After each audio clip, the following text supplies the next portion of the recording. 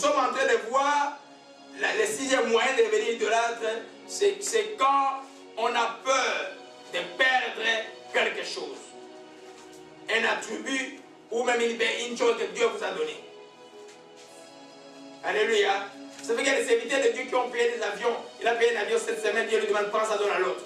Il tremble, il tremble, il tremble. Quand il raconte l'histoire, il tremble. Il y a une histoire comme ça là. Il a tremblé pendant 3 semaines. Vraiment, l'autre était insistant. À partir du moment où il a donné l'avion à l'autre, beaucoup de ses voies étaient ouvertes. C'est toujours relié à l'attachement au bien. Alléluia. Amen. Donc on peut devenir idolâtre quand on a peur de perdre quelque chose. Nous allons parler de quelqu'un de très intéressant dans la Bible. Peut-être juste après moi j'en parle. Alléluia. De Jéroboam. Amen. Qui a déjà entendu parler du nom de Jéroboam? Frère Jimmy bouge la tête négativement. Amen. Il est important de connaître qui est Jéroboam parce que à partir du moment où Salomon, qui était l'enfant béni de David, a commencé à regarder les idoles à cause de qui Pharaon regardait les idoles? À cause des femmes. Amen. Dieu avait décidé que le pays devait être divisé en deux. Alors les prophètes, un prophète d'Akija de Shilo, comme on dit, Akija a rencontré un jeune homme qui s'appelait Jéroboam. Amen. Il a pris son manteau, il a déchiré en 10 morceaux. C'est comme ça que les prophètes faisaient. Amen. Si je fais ça aujourd'hui, le fait aurait devenu fou. Amen. Alors, il a déchiré le manteau. C'est ainsi que le royaume sera divisé. Dieu te donne 10 morceaux, 10 parties de ces royaumes. Alors, à partir de ce moment, Salomon, qui était devenu idolâtre, a cherché à le tuer. On va voir ça plus tard quand je vais parler de caractéristiques de l'idolâtre méchant. Amen. Tu peux être bon quand il devient idolâtre, il va être méchant. Alléluia. Mais ce n'est pas de ça qu'on va parler aujourd'hui. On va parler de Jéroboam, que Dieu a béni par les prophètes à Akija. Amen. Et puis après, il est devenu roi d'Israël. Alléluia. Alors je vais que quelqu'un prenne le micro parce que mes yeux sont fatigués ce matin. Mais lire à partir de 1 roi 12, à partir du verset 25, alléluia, jusqu'au verset... Oh, qu'est-ce que j'ai dit là? Alléluia. 25, on peut aller jusqu'à la fin du chapitre. Alléluia. Frère Paul, tu peux nous lire ça avec le micro, s'il te plaît. Amen. Amen. Jéroboam bâtit Sichem sur la montagne d'Ephraïm et il y demeura, puis il en sortit et bâtit Péniel. Jéroboam dit en son cœur, les royaumes pourraient bien maintenant retourner à la maison de David. Si ce peuple monte à Jérusalem pour faire des sacrifices dans la maison de l'Éternel, le cœur de ce peuple retournera en son seigneur à Roboam, roi de Juda, et ils retourneront à Roboam, roi de Juda. Après avoir demandé conseil, le roi fit 2 veaux d'or, et il dit au peuple, assez longtemps vous êtes montés à Jérusalem, Israël, voici ton Dieu qui t'a fait sortir du pays d'Égypte. Il plaça l'un de ces veaux à Bethel, et il mit l'autre à Dan. Ce fut là une occasion de pécher. Le peuple allait devant l'un de veaux jusqu'à Dan. Jéroboam fit une maison de haut lieu et il créa de sacrificateurs pris parmi tout le peuple et n'appartenant point aux fils de Lévi. Il établit une fête au 8e mois, le 15e jour du mois, comme la fête qui s'est célébrée en Juda, et il offrit de sacrifices sur l'autel. Voici ce qu'il fit à Bethel afin que l'on sacrifie au veau qu'il avait fait. Il plaça à Bethel les prêtres de haut lieu qu'il avait élevés. Et il monta sur l'autel qu'il avait fait à Bethel le 15e jour du 8e mois qu'il avait choisi de son gré. Il fit une fête pour les enfants d'Israël et il sacrifia sur l'autel pour brûler de parfum. Amen. Amen. Voilà l'histoire de quelqu'un que Dieu a ramassé quelque part. Qui lui a dit, toi tu vas devenir roi d'Israël. C'est Dieu qui dit, il va devenir roi d'Israël.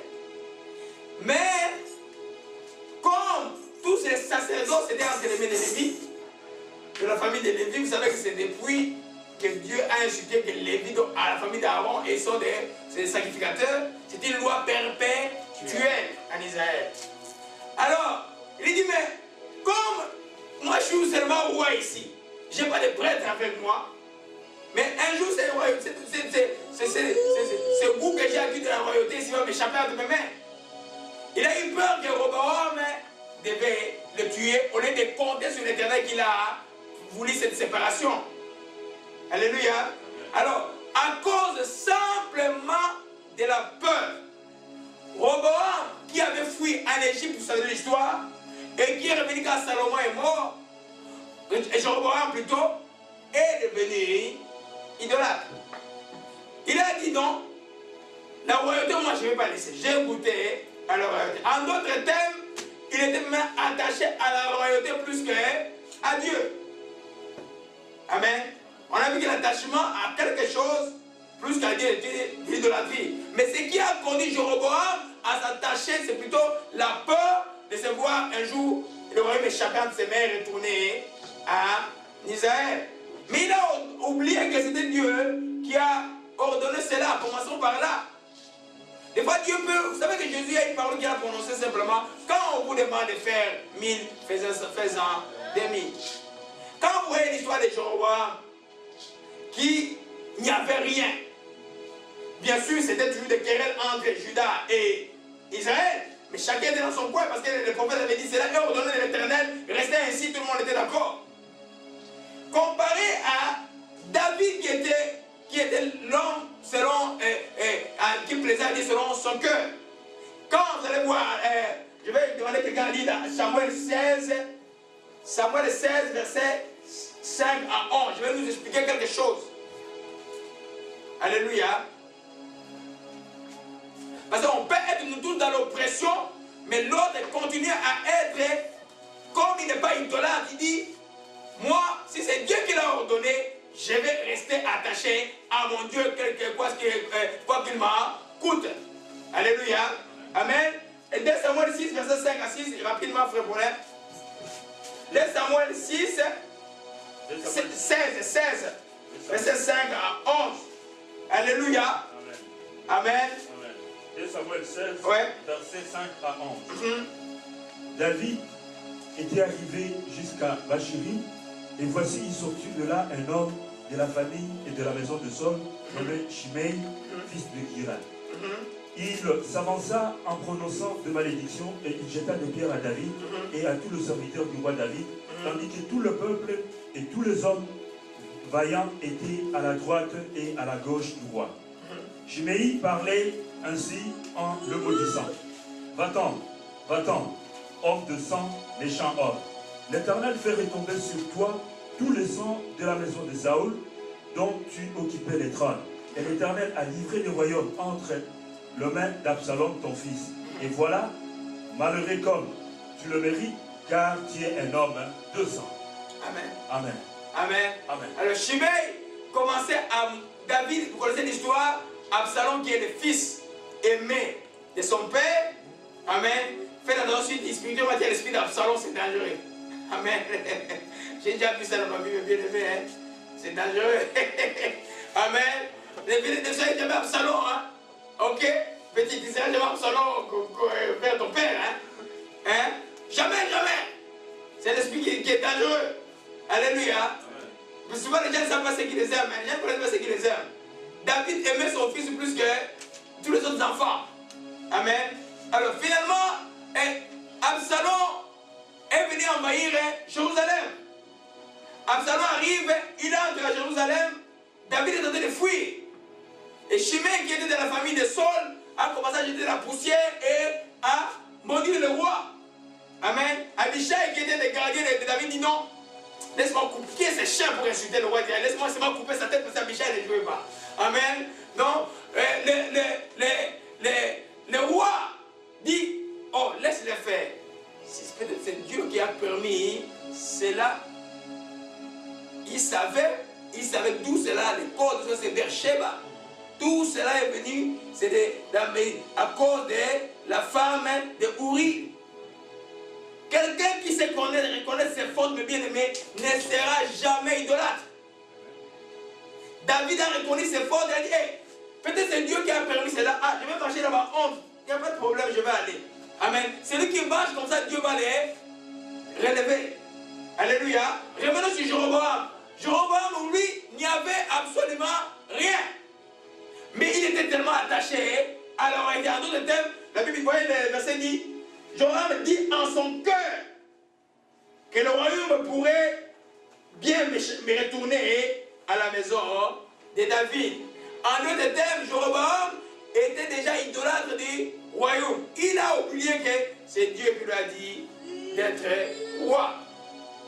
Dieu a puni la descendance de David en divisant le royaume à cause de leur méchanceté, mais à cause de Salomon qui a fait des bêtises. Amen. Mais Dieu est resté attaché à la promesse qu'il a donnée à David. Amen. Jéroboam, certainement, il n'a pas lu la loi de Dieu souvent pour comprendre qu'on ne pouvait pas lutter contre la volonté de Dieu. Alléluia. Amen. Alors, nous voyons bien que son péché, les cas des chapitres 2, je peux donner tout l'enseignement sur ça, les séquences, tout ça là. On va aller rapidement pour ne pas nous écarter. Alléluia. Non seulement à cause de la peur, il a dit non, il a interdit aux gens d'aller à Jérusalem. Mais Dieu à l'époque, vous vous souvenez de la femme au puits, dans les textes des Jean, amen, la femme samaritaine, il a dit, nous on nous a appris que c'est sur la montagne, Jésus a dit, dans le temps qui arrive, ce sera ni à la montagne ni à Jérusalem, parce que tous les Juifs allaient adorer Dieu à Jérusalem. Mais Jéroboam dit, non, vous n'allez, il transgresse à cause de la peur et de l'attachement à la royauté. Il transgresse d'abord la loi de Dieu. Il dit, à partir de maintenant, tout Israël, vous n'allez plus à Jérusalem. Qu'est-ce qu'il a fait? Vous savez que quand je vais enseigner quelques mots sur les esprits bibliques, les esprits démoniaques bibliques, vous allez voir combien les esprits se transcendent. Le même esprit qui était dans Exode 32 est venu sur lui et il a dit simplement ceci. Il a fait quoi? Un veau d'or, deux. Et puis il a dit, Israël, voilà ton Dieu qui t'a fait sortir d'Égypte. Mais c'est des siècles après, il a dit exactement la même chose que les gens qui étaient avec Aaron ont dit. Amen. Voici ton Dieu qui t'a fait sortir d'Égypte. Alléluia. La dématérialisation, il représente maintenant Dieu sous forme de veau. Lui aussi, quand il faisait ces veaux-là, il croyait rendre